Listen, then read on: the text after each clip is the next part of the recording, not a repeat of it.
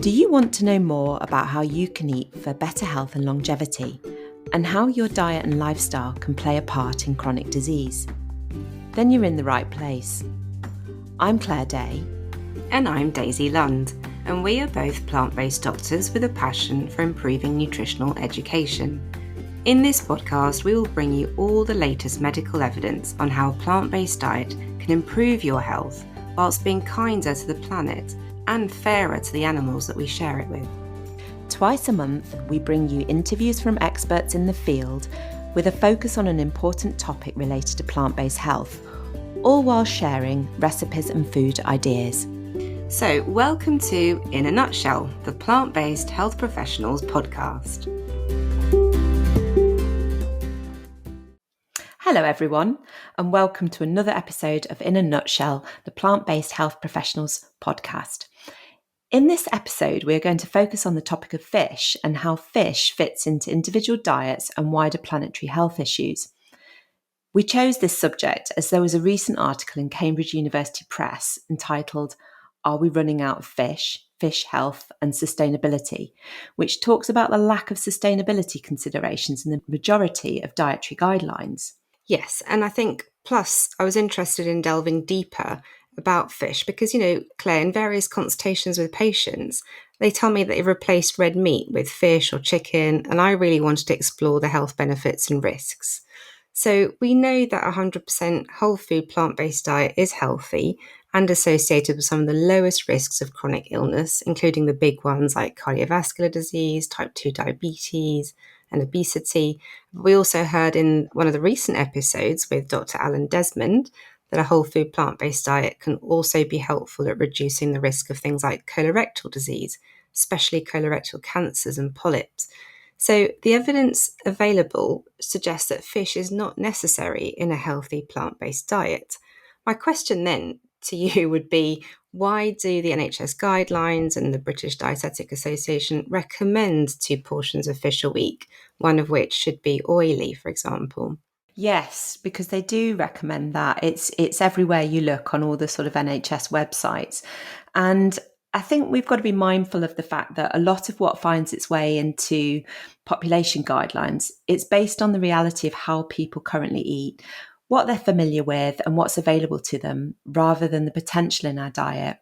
So when you look at a guideline, it can be based on instead of, so that's a way of reducing people's reliance on an unhealthy food, such as processed meat.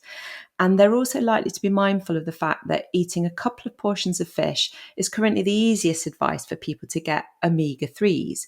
And those are the nutrients which we'll go on to discuss, and which there are other ways of sourcing. So I think, like the recommendation for just 5 portions of fruit and vegetables a day rather than 7 or 9, it's a population-based approach and looking at how to sort of improve the health of people overall rather than how you might maximise your health through a range of measures as an individual. But Daisy, are you able to cover whether those of us who are 100% plant-based and don't want to eat fish for other reasons would improve our health if we, say, added fish to a whole food plant-based diet? Yeah, and what we don't know is whether adding fish to an otherwise healthy whole food plant-based diet would improve health further. So the studies that we have only compare eating fish with a generally omnivorous diet, so where we know that eating fish, for example, is better than eating red or processed meat. But there aren't any studies comparing, say, a whole food plant-based diet in addition to fish. So a person that eats fish instead of, say, red meat might improve their health with that step. It's a good first step to make.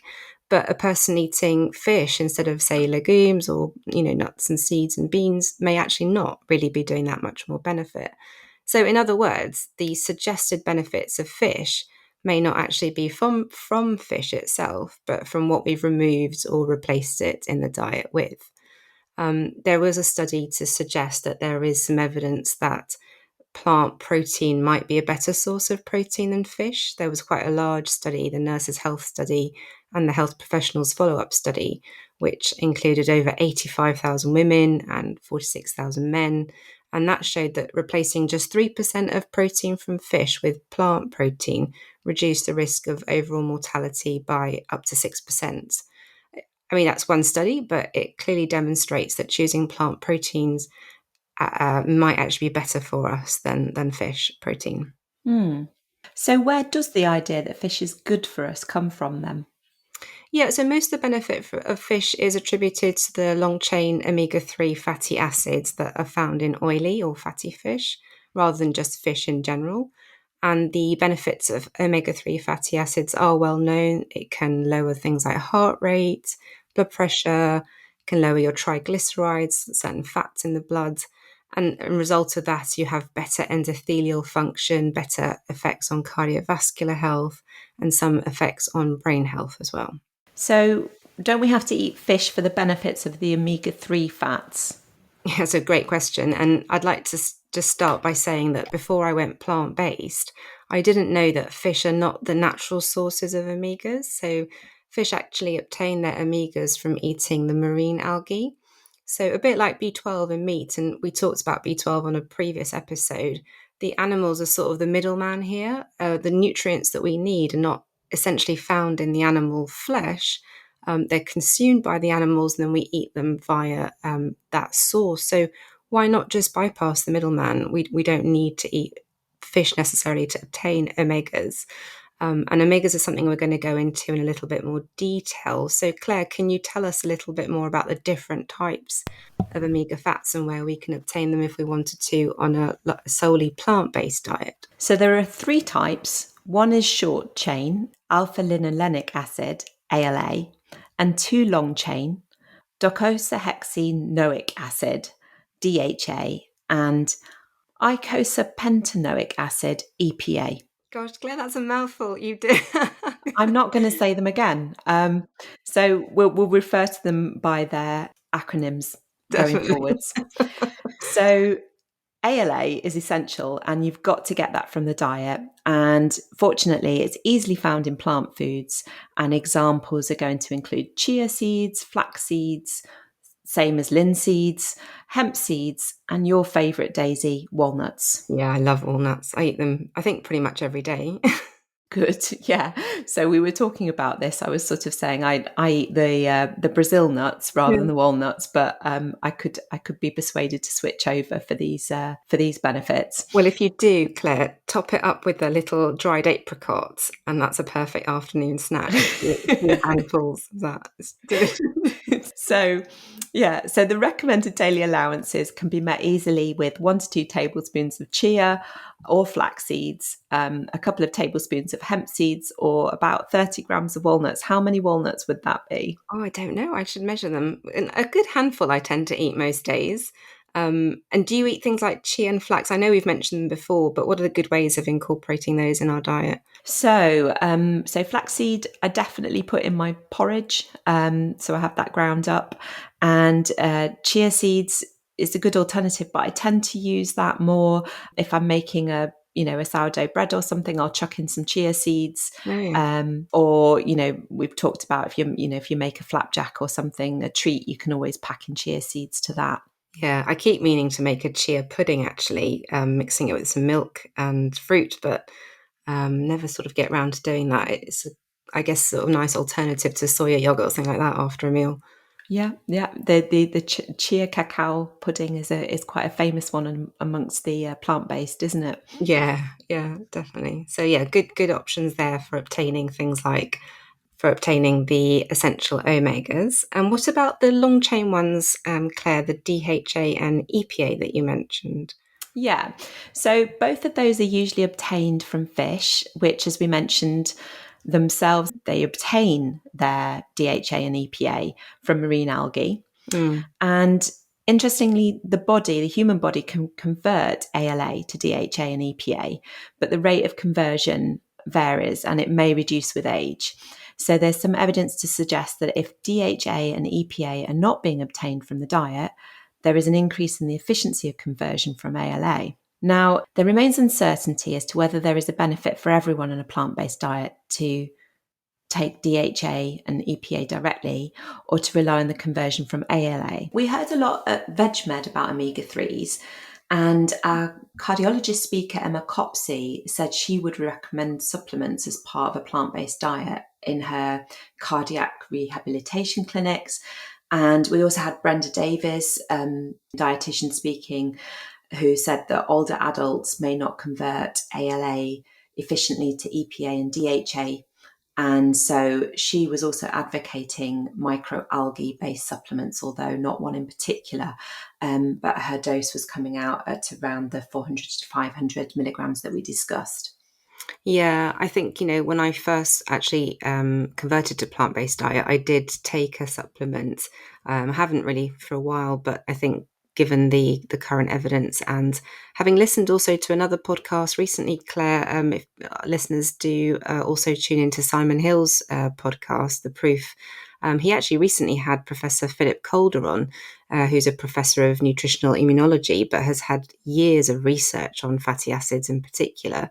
And he also recommended people who are not eating fish, be that for ethical or environmental reasons, to take a supplement. So definitely would recommend it in pregnancy and for older adults, but possibly for the general population as well. I think what was interesting about what Professor Calder said was to take the supplement during or with your meals, which is something I'm going to start doing. Absolutely. And we don't want to get too much into the dose, because I think we're not sure of the science here. But he was saying I would take a higher dose. But when I looked at what supplements were available, it seems that there really is a relationship between the dose of supplement and how much it costs. So it depends how invested you are in the idea of taking these omega-3s, because it's going to cost you more if you want to go for a high dose recommendation.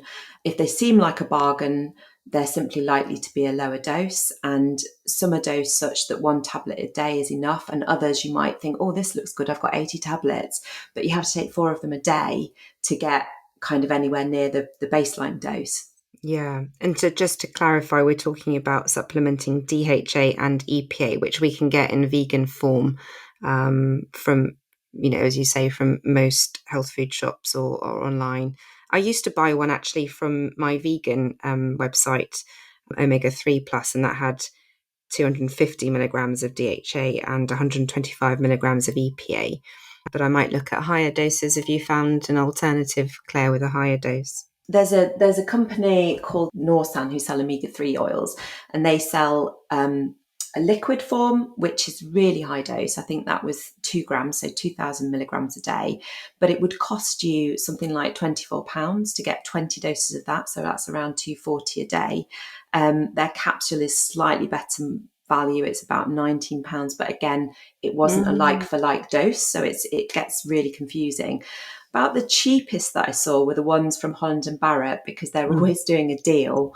So they Yeah. had 3 for 2 on their sets of 30 capsules, and that was a once a day formula. So if you bought them now, when we're recording this, it was 90 capsules for about £28. So that works out about 31p a day, That's which all right. if, Yeah, if that's it's the pretty good. right thing to do, it's all right. But I just think, there's a range of knowledge on this, and there's a range of what you might want to invest, and and definitely also at VegMed, when we were talking about omega-3s, came back to this idea that perhaps vegans are much more efficient at converting ALA. So there was a suggestion that there's a study that shows that they convert ALA at a rate of 140 times that of meat eaters. Well, I mean, that sounds promising if you're eating enough chia and flaxseed, but we're just not sure. And to be honest, we would recommend this rather than looking for plant sources of DHA and EPA, which you can find in things like seaweed, nori, or even things like spirulina.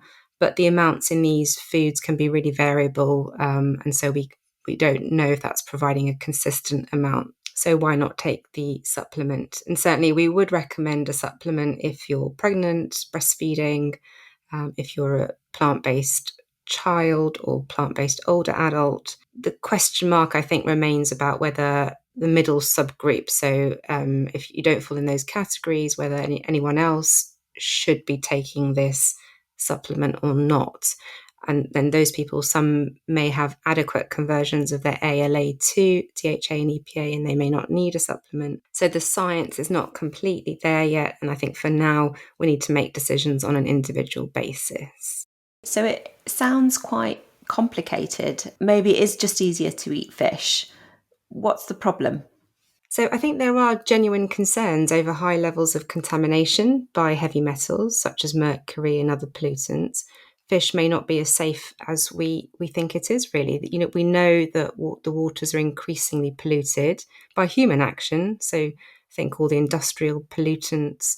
I'm not going to be able to pronounce this, but PCBs, such as polychlorinated biphenyls and dioxins, these are industrial pollutants, and we're finding them more and more in our waters. And don't forget, with the food chain, they get more and more concentrated in the larger fish, the fish that are eaten, for example. And I used to find it really strange, especially during my GP training, when I remember my trainer saying to me, "Oh, don't forget to tell pregnant women to minimize their intake of fish, particularly things like tuna, for example, due to mercury levels."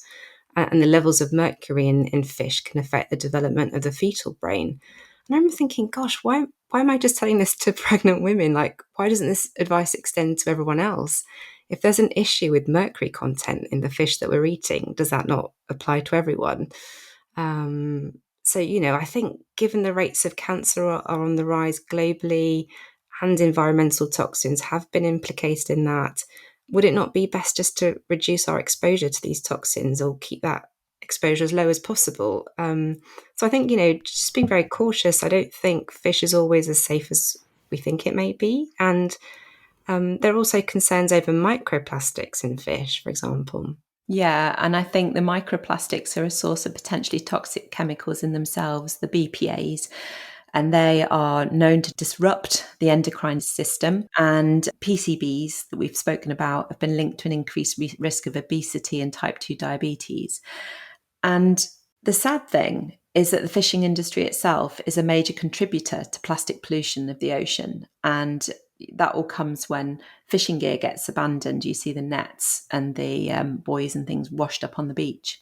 Yeah, absolutely. I think a lot of people think of plastics and the sort of, plastic straws that are now banned, but actually the majority of plastic in the ocean is fishing gear that's abandoned. So, some people will say to me, well, what about farmed fish then? Is that better overall? Does it contribute less to contamination? But, farmed fish reminds me a bit of farmed animals, farmed land animals. You've got high numbers of fish cramped into small areas. And just like it in land animals, you can increase the risk of infection, the spread of diseases. And, farmed fish, there's a massive overuse of antibiotics, pesticides, and disinfectants to try and prevent disease. So, not to mention that the fact that they're drawn out of the food chain. So, feeding wild fish to, say, farm salmon as feed is a very inefficient food system. Farms are not great environments to keep creatures, to be honest, and antibiotic resistance is an ever-going problem in the animal agricultural industry, fish farming included. We can touch a little bit on antibiotic resistance here, but we know that when antibiotics are overused, and 40 to 70% of antibiotics globally are sold for use in animals, this can cause or be a major contributor to antibiotic-resistant infection in humans. And as a GP, it actually terrifies me to think that we might be entering an era where patients who might have infections that we could once treat, we may not be able to find antibiotics that are suitable because of resistance. In fact, we've already encountered this problem and it's only going to get worse. In 2016, the Prime Minister back then commissioned a review actually on antibiotic resistance. And that review suggested that globally, 700,000 lives are lost annually from antibiotic-resistant infections. And by 2050, the review suggested the number could be as high as 10 million. So it's really quite scary, actually. I think we take antibiotics for granted right now. And there are some studies actually that demonstrate that in gut microbiomes of people who eat plant-based or who are vegan have got lower levels of bacteria that are antibiotic resistant or have antibiotic resistant genes compared to omnivores. So I think, antibiotics are important and they are very valuable, and we must never forget that in our use of them. So we're talking about farmed fish, and I think it's interesting to at least think about the superiority of some fish when it comes to evading our efforts to farm them. Recently, we've seen the plight of octopuses highlighted, as after years of research, they found a means of a commercially viable octopus farm due to the high value of octopuses. That's not because it's going to produce a sustainable food source or do anything to address sort of global malnutrition. They're generally only eaten in higher income countries. So octopuses are these solitary creatures who spend most of their lives in darkness, but by artificially exposing them to more light and accepting just a higher mortality at that stage in their reproductive cycle than you'd normally expect, they think that they're going to be able to farm them. Mm. And this actually reminded me of a book that I read called The Gospel of the Eels by Patrick Svensson, Mm. which is by a Swedish journalist, and it reflects on the eels' struggle for survival and their dwindling numbers. And it was quite distressing to hear of the efforts of researchers to study them, as they have a particularly elusive reproductive cycle. They famously travel to the Sargasso Sea to spawn, and they live for around 20 years before they do that, just under a rock in freshwater streams, before they undergo this journey, which includes an actual physical metamorphosis. So in that journey, they develop really large eyes so that they can see at depth, and their intestines all but disappear at the expense of developing their reproductive organs. Oh. And when they've tried to keep them in captivity, they haven't been able to work out what the larvae eat Mm. to get them to the very early glacial stage. And any repeated effort to get them to that stage has always resulted in death. Mm. There was a more successful effort with some sort of ground up shark's egg feed, and they produced only male glass eels. And so they started adding estrogen to the feed. And as you can imagine, not only the rates of mortality, but the deformity were particularly high. And they are nowhere close to producing fully fledged eels in captivity. Like with the octopuses, this quest is going to be driven by the commercial value of eels in certain countries. But there still seems to be this argument that runs that if we understand these creatures better, we can protect them. And this is even one criticism I would make of Patrick Svensson's book, which is quite philosophical about nature and consciousness at times, yet it refers to a succession of horrific scientific efforts with a note of this may be part of the key to their survival, which of course does not counteract the fact that they do a whole lot better, these creatures, when we just leave them alone and don't destroy their habitat. So, Claire, this book, it seems to have had quite an impact on you. Was the story about just trying to understand the eels, or was it about actually farming them? Well, it's about a man's relationship with his father and how he sort of writes trying to understand his father's love of eels, which was mainly a love of eating them, but also with some compassionate aspects as well. Mm. And he can't talk about all this without talking about the incredible life cycle of the eel, which really is fascinating. And also, as I Right. say, I think elusive is the word for it, because there's still so much that isn't understood and they haven't been seen to reproduce. And they, it talks about them taking them out to the sea at different stages in cages, and that not being a successful way of helping them to reproduce. They just can't do it when you interfere with them. They Yeah. just refuse to behave normally. The very act of observing them upsets something in their system. Yeah. I mean, I think, animals in the sea are a lot more complex than we realize. I mean, I think a lot of people still don't believe that fish can feel pain and things like that, and that's Mm. scientifically proven now that they can. So very complex creatures, aren't they? They're not just a protein source, as we like to talk about. Yeah, I mean, I think the book actually talks about even other types of creatures that we haven't even known about in our lifetime, because although they've been around for millions of years, they've become extinct in the last couple of hundred of years because of the way that we've sort of gone forward with fishing. Mm. Um, and I think on a slightly different note, but nevertheless about sea creatures, there's currently a call from environmentalists to protect something called the horseshoe crab, which is actually more like a spider. It's more closely related to a spider, but it lives in the sea. Mm. And these creatures have been unfortunate in that humans have discovered that their blood can be used by the pharmaceutical industry to detect endotoxins. So it's extremely valuable to be used in millions of tests. And it's an important test to do because it checks for endotoxins, which are poisons inside bacteria cells, which can make people very ill. But there are other ways of doing it. There are synthetic means that you could use. You just need to develop them further and rely on agreeing on some regulation. Because they've basically extracted them so heavily from the sea, you've got this creature that's been around for 450 million years. It was there before the dinosaurs were around. And they've really declined in numbers to the point where it's also affecting seabirds, which rely on eating their eggs as a food source. And so, yeah, I mean, it's something where you've got people working in the pharmaceutical industry. So on that one, they've gone, well, I like seabirds, I like bird watching, let's make a change. But it's a very small change within the big picture of how we see using sea creatures. Yeah, and that really highlights how everything in nature is linked, isn't it? How it's all the whole ecosystem. You sort of mess with one part, and it has repercussions further down the line. So, I mean, we did want to talk a bit, didn't we? We wanted to focus a little bit on the important issue of fishing and the environment. Yeah, definitely. I think just touching on the ecosystem, fishing is damaging the environment on a huge scale. Our current fishing practices are not sustainable, and we're going from one crisis to the next in terms of maintaining stocks of fish species. 90% of global wild fish stocks have been overfished or fished at capacity. And with an increasing global population, it's not good from a sustainability perspective. So the consumption of fish, whether farmed or wild fish, is still rising as fast as, well, twice as fast as global human population. So I learned a lot about fishing over the last few years. I didn't really know much about it as a topic.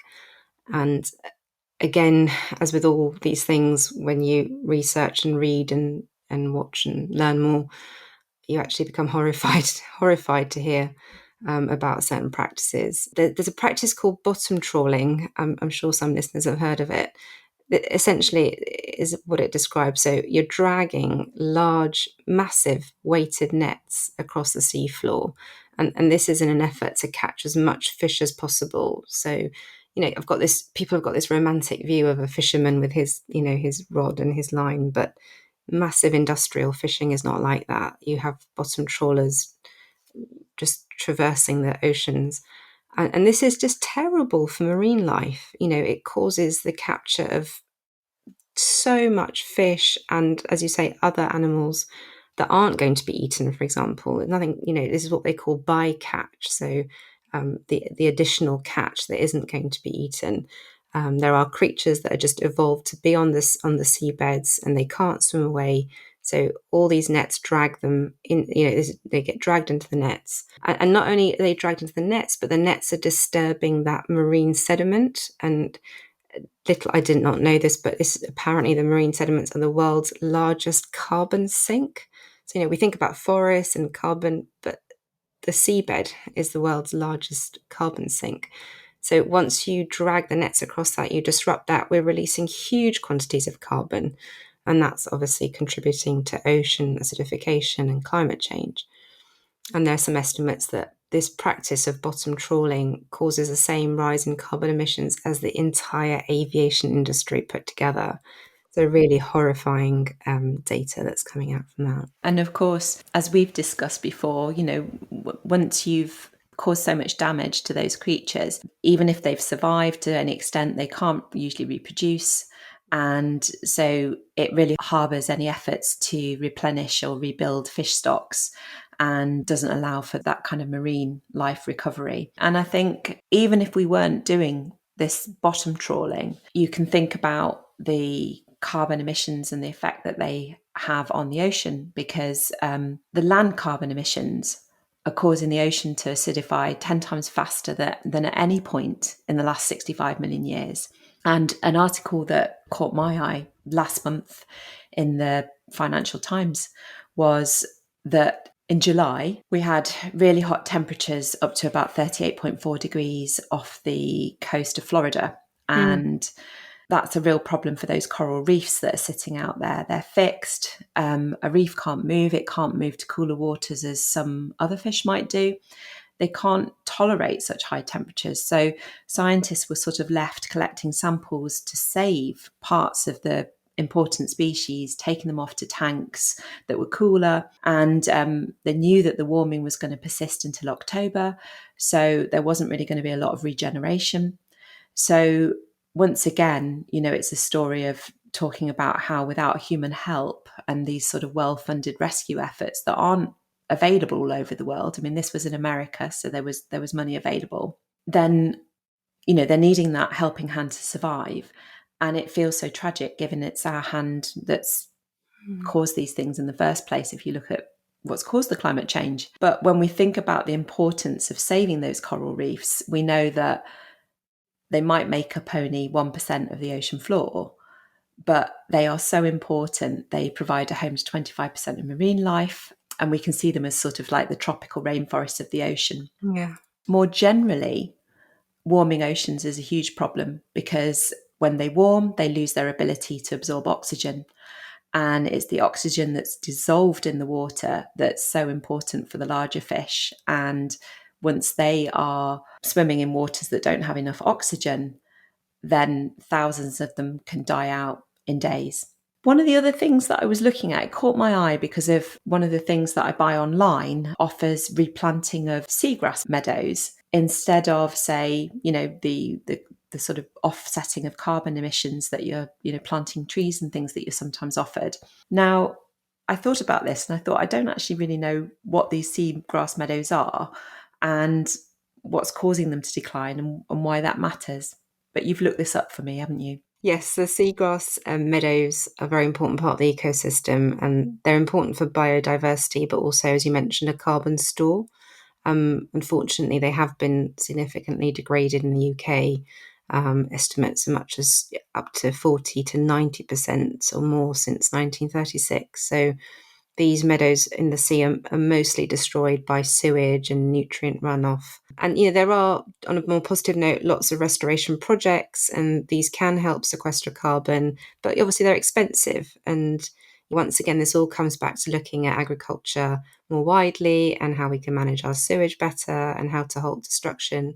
So I know we've talked a lot about, well, I say a lot, but more than we normally would on this podcast about environmental impact and sustainability, and moved a little bit away maybe from just diet on this particular episode. But I think it's really important. I don't think we can have a conversation about fish and well-being and health and our planet without talking about these things and raising awareness. Do you agree? Yeah, absolutely. Because none of it is straightforward. It's all stuff that you need to think about and you want to be able to eat mindfully and Mm. know what and why you're putting it on your plate. And, we thought about obviously one of the things that came back after the Eat Lancet report was, well, this idea of not eating much fish or much meat, it doesn't work for certain communities. It's going to leave them malnourished. So when it comes to fish, what about these small communities that maybe rely on fishing for their livelihood? Yeah, I think, small communities, there are some that may need to continue until an alternative source of food or income can be generated. But that's not the majority of humans on this planet. And certainly for the majority of humans, eating fish is not necessary. And certainly from an environmental point of view, it's not sustainable. Fish obtain their omega-3s from marine algae, and so can humans. I take a supplement when I remember. I don't always take it, but I do eat my walnuts and my flax and my chia and all the other lovely foods we mentioned.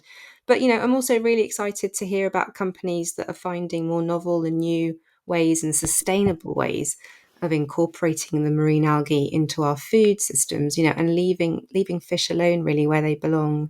Yeah. So talking of leaving fish alone and maybe sort of on a what's for dinner front, Yeah. what about plant-based fish alternatives? Yeah. Obviously, there are lots of plant-based fish alternatives. On this podcast, we generally advocate for whole food plant-based diet. We know that that's better for you than any of the sort of convenience offerings or processed plant-based foods. But sometimes I think if someone's transitioning to a plant-based diet, or if they need to have easy, quick meal, or they want to try and taste something that is familiar to them, or they miss fish, everyone around them is having, I don't know, fish and chips, and or their child wants a fish finger sandwich.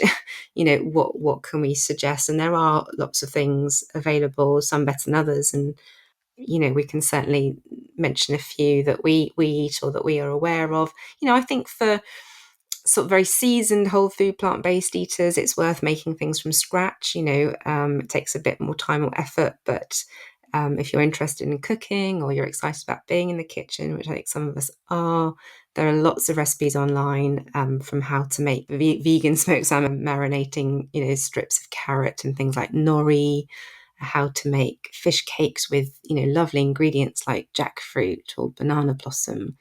I tend to use a lot of chickpea tuna recipes online. I like a chickpea tuna sandwich.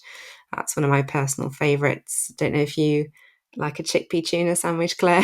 I like it when someone else makes it. I've never really got that excited about making it myself, but if it's on a sort of plant-based cafe option, yeah, definitely go for it. Ah, okay. I'll Um, have to make it for you then one day. I sort of end up making my own recipe with whatever I've got in, mixing in gherkins and dill or whatever I've got in, vegan mayonnaise or vegan soya yogurt, and mashing up the tuna and a bit of lemon juice, salt and pepper. It's quite tasty. okay. Right, I look forward to one of those sandwiches then. I mean, we've talked, haven't we, about the different ways of having the homemade vegan fish and chips. What's your favourite? I've not done it yet, actually. I keep seeing these tofu recipes that people make it like a sort of tofu fish. Have you made them before? I absolutely love that. You've got to tell me It's how to it's make a it. treat and it goes against a lot of the basic rules, but the basis of it is fine. It's a big lump of pressed tofu. You can make a little pocket in there and stuff in some soy sauce marinated chilies and spring onion. Stuff that in there with a little bit of a sort of sweet soya sauce mix or some miso, and then wrap the whole thing in a sheet of nori to give it Yeah, that kind of seafood touch, yeah, and then make a batter of your choice. And that could be, that could just be like a sparkling water batter yeah. with some flour, sparkling water, or it might be a beer batter if you want to do that. And just sort of season it well and then shallow fry it. And then Mm. things like marrowfat peas, Mm. they are also high in protein. So there's nothing wrong with it really as a meal. You could do a lot worse, and Yeah, you can add in some sweet potato chips done in the yeah. air fryer, Oh, yes, the air or fryer just gets a some mention. normal chip wedges. As a kind of treat. You wouldn't want to have it every night, but I think it's a good option. So you actually stuff the tofu? Do you what do you do? Just slice it in half, or how? No, I just sort of get a block of tofu, Yeah, press it, yeah. and then cut. When I say cut a pocket, I just mean cut a little kind of elliptical slit in it, so you've got Oh, some yeah. space to stuff in. You know what? I made that sound not very good. It's because I forgot to say Mm. it's good to soak some shiitake mushrooms Yeah. and mix those up with the soy sauce and the chili and the spring onion and stuff those in. Oh, wow. It just makes it a bit more interesting. That sounds really good. Right, so you come to mine for sandwiches, and I'll come to yours for a proper vegan fish and chips experience. Yeah. Nice. Yeah. I mean, I have less time for the banana blossom fish and chips because nutritionally, Mm. when I've looked at banana blossom, it doesn't it's very flaky and it's very fish like, but other than Mm. that, it doesn't have so much going for it. True. Yeah, I think tofu and chickpeas and those sort of things would be better. And as you say, you get the flavour from the nori, or the gherkins or the vinegar, other things. And what about shop bought things? If people wanted to buy fish alternatives, do you have any recommendations there? Yeah, I mean, I looked a few things up because I think it's important to know that they're there, Mm. particularly if you've maybe got older kids who've recently started eating plant based. They're going to want to have things that they're familiar with. Some of the better ones seem to be the Aldi fishless fingers because they're made from a wheat protein. There's corn scampi, which has got a good protein content. but perhaps the ones that were highest in protein were the moving mountains fishless fingers, because they Okay, had about 10 grams of protein and 100 grams. that's good. More expensive, but even better in terms of what you're packing into a processed food, is that's done by a company called Future Farm. So they've developed a more equivalent plant-based fish, and they use microalgae, Mm, soya, pea and chickpea protein to produce a gluten-free tuna, flaky tuna, which is high in protein, fiber, and because of the microalgae, it offers equivalent omega-3s, with about, I think on the packet it says 183 milligrams per 100 grams. okay. I have not tried that yet. Future Farm, did you say? Yeah. Okay. Any ideas where you can get that from, or should I Google it? I bought it once, that one. I'm pretty sure I got that Big, just big in Sainsbury's, supermarket. I think, but Yeah. I'm not absolutely sure. And what was your Um, verdict, Claire? Did you like it? I actually thought it was almost too convincing of tuna. Oh, really? I just think, for me personally, I've sort of moved on a little bit from Yeah. anything that's too much like fish. Okay, how interesting. Well, there you go. That's an interesting option. I mean, I think, as we mentioned before, we would always say there's no substitute for whole foods in terms of, best things you can eat. But as you say, it's good to know that there are, convenience foods if some people do need them once in a while. They're better for the environment, if anything, and of course, they are cruelty free. Yeah, absolutely. Sometimes when you feel a pressure to keep other people happy, there's even, you can make really convincing fish sushi using Oh, yeah. the soya tuna fish roll, which is quite expensive, but it looks convincing. If that's what you find appetizing, because that's the appearance you're expecting, it's a good substitute, and it's got protein in it as well. Yeah, there are many options, and I think there's more and more, isn't there? It seems to be an area, ever growing area in the sort of food industry, plant But based. I'd rather stick to your chickpea tuna sandwich. Oh, I love a chickpea tuna sandwich. Mm. It's the best. Well, that was a really great discussion, Claire. Thank you for that, and I hope that that's at least provided the listeners with some, interesting new ideas, some things to read about, some things to go away and perhaps learn more about. As usual, the links will be in the show notes so people can read a few of the articles and the studies that we've mentioned. Yeah, hope people enjoy that.